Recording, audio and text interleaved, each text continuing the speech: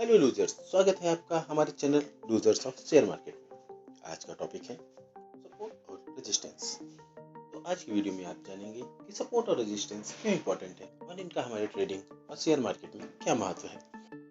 तो दोस्तों, आगे बढ़ने से पहले आपको हम ले चलते हैं एक उदाहरण की तरफ, ताकि आप सपोर्ट और रेजिस्टेंस को बहुत ही अच्छे से समझ सकें। आमतौर पर हम सबने कभी न कभी सब्जी खरीदी ही होगी, तो चलिए एग्जाम्पल लेते हैं सब्जी मंडी का, और उसमें भी आलू का, क्योंकि आपको पता है आलू से सोना बन सकता है और हम यहाँ पे आलू से पैसा बनाने की तरकीब खोज रहे हैं। तो मानिए हम और आप जा रहे हैं सब्जी मंडी में और हमें खरीदने हैं आलू, और आज आलू का क्या भाव है हमें नहीं पता। तो अब आप कैसे पता करेंगे कि आप सही भाव पे आलू खरीद रहे हैं या नहीं। मान लीजिए आलू बेचने वाले मतलब कि सेलर और हम हैं आलू खरीदने वाले मतलब कि बायर। तो अब जो पहला सेलर है वो आलू 1400 रुपये एक बोरे का दाम लगा रहा है। एक और सेलर है जो उसका दाम 1300 रुपये, और उसके बगल में एक और सेलर है जो 1200 रुपये दाम लगा रहा है। अब पूरी सब्जी मंडी घूम लेने के बाद हम ये पाते हैं कि सब्जी में आलू की एक बोरी की कीमत 1200 रुपये से कम नहीं है। तो हम ये मान लेंगे कि यदि अब हमें कोई आलू 1200 रुपये पर बोरी देगा तो हम उसे खरीद सकते हैं। मतलब ये हो गया हमारा सपोर्ट प्राइस।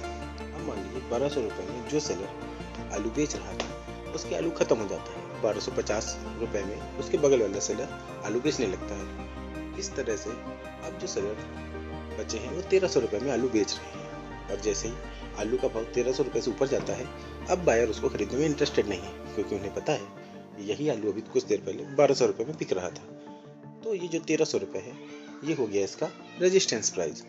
यहाँ से आप ये निष्कर्ष निकाल सकते हैं कि आलू के एक बोरी का सपोर्ट प्राइस 1200 रुपये और उसका रेजिस्टेंस प्राइस 1300 रुपये है।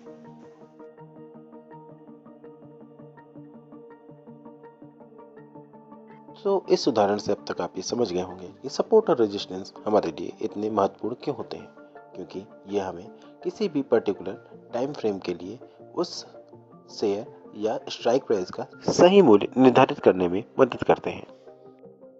चलिए दोस्तों, अब देखते हैं सपोर्ट और रेजिस्टेंस को किसी भी चार्ट पर कैसे ड्रॉ कर सकते हैं। तो अगर आप लॉन्ग टर्म में इन्वेस्ट करना चाहते हैं तो इसे डेली, वीकली, मंथली या ईयरली भी ड्रॉ कर सकते हैं। और अगर आप ट्रेडिंग करना चाहते हैं जैसे निफ्टी और बैंक निफ्टी में या फिर निफ्टी में, तो आप इंट्राडे में प्रीवियस डे के लोअर हाई को कंसीडर कर सकते हैं। जैसे मार्केट प्रीवियस डे किस पॉइंट पे क्लोज हुआ है और किस पॉइंट पे उसका हाई था, सपोर्ट और रेजिस्टेंस की तरह यूज कर सकते हैं।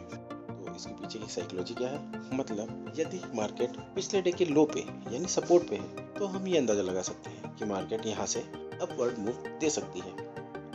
याद रहे दोस्तों, दे सकती है ना कि देगी। इसी प्रकार यदि मार्केट पिछले दिन के हाई मतलब कि रेजिस्टेंस पे है तो हम ये अनुमान लगा सकते हैं कि मार्केट यहाँ से एक डाउन ट्रेंड या रिवर्सल मूव दे सकती है। यहाँ पे भी ये निश्चित नहीं है कि ऐसा ही होगा। दोस्तों, सपोर्ट और रेजिस्टेंस केवल इसलिए यूज किए जा सकते हैं कि किस रेंज के बाद मार्केट में एक बढ़िया मूव आ सकता है। इसकी ये भी एक उपयोगिता है। रेंज से मतलब ये है कि यदि मार्केट किसी सपोर्ट और रेजिस्टेंस के बीच में फंसा हुआ है, यदि मार्केट एक रेंज में फंसा हुआ है, सपोर्ट को तोड़ते हुए एक डाउन ट्रेंड में जाता है तो उस मूव के चलने की संभावना थोड़ी ज्यादा होती है। यदि मार्केट प्रीवियस डे हाई मतलब कि रेजिस्टेंस पे खड़ा हुआ है और उसे एक अपवर्ड मूव देता है तो उसके चलने की संभावना भी अच्छी मानी जाती है। आप सभी यहाँ पे ये समझ ही गए होंगे कि सपोर्ट और रेजिस्टेंस की उपयोगिता मार्केट की दिशा को निर्धारित करने के लिए, सही एंट्री और एग्जिट के लिए और मार्केट में आने वाले अच्छे मूव्स को कैप्चर करने के लिए की जाती है। दोस्तों, जिस प्रकार मार्केट में एक आलू के बोरे का मूल्य 1200 रुपये से 1300 रुपये के बीच में जा रहा था, जिससे एक नया बायर भी ये समझ सकता है कि एक आलू के बोरे की सही कीमत इस समय बाजार में क्या हो सकती है, उसी प्रकार सपोर्ट और रेजिस्टेंस के द्वारा आप ये समझ सकते हैं कि पर्टिकुलर ट्रेड में बैठने का सही मूल्य क्या हो सकता है। वीडियो के अंत तक बने रहने के लिए आपका धन्यवाद। अगर आपको हमारा ये प्रयास अच्छा लगा हो तो हमें कमेंट में बताएं, वीडियो को लाइक करें और दूसरों के साथ शेयर करें।